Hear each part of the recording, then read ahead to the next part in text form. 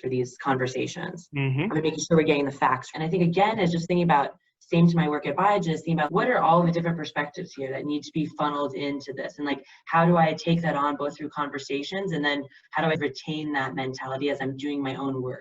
And so I'm always, I think, almost like I see myself as how the lawyer and compliance person at a company must feel, where they're always like, you can't exactly say that, or like the connotation of this word would imply this, which would put us at risk here. Right.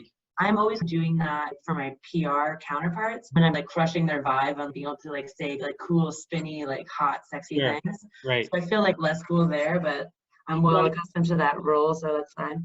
But I think they've helped me with is to really begin to see the value of like spicier, like catchier language, and like how can I do that while still being really true to the science. And again, I think that comes back to this appreciation of words like poetry. I'm not blessed to speak multiple other languages, but I love other languages. I love travel, and a big part of that is understanding the nuances of language. Exactly. And how that's going to land. And I think playing that out, giving significance to that. So I had someone in my current role, but not my current role, but in my professional role in the last couple of years, say something to me like, oh, there's no judgment on this person. I just completely disagree with it, but that's my own sort of thing.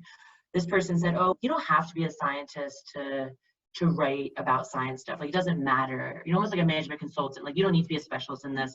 You could just pick it up. And no, implicitly, you cannot just pick it up, because yes, you may learn, and I'm not saying that everyone needs to have a PhD, don't get me wrong, but no, that is the biggest problem about PR and science, is that just because you have heard a bunch of facts and you're recycling language, you don't implicitly know why this should be used for something else. You're just regurgitating and putting it in. Yes, it looks right and it says something, but is it what we really, again, is it the right messaging? What's the objective? What are we trying to get to?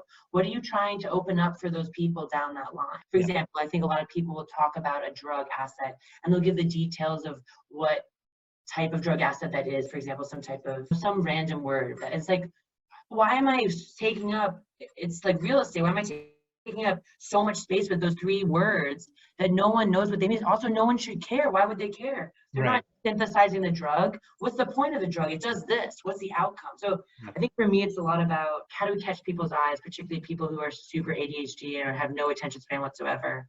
Or as Ronnie Chiang, I think, very pleasantly says in his new Netflix special, everyone should watch that, by the way, amazing. The only optimistic comedian I've ever seen in my whole entire life.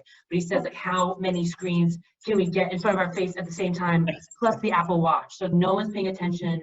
No one's brain is, I think, actually even in the present moment. So how do we catch people's attention and leave them with something impactful, whether it's visual or verbal?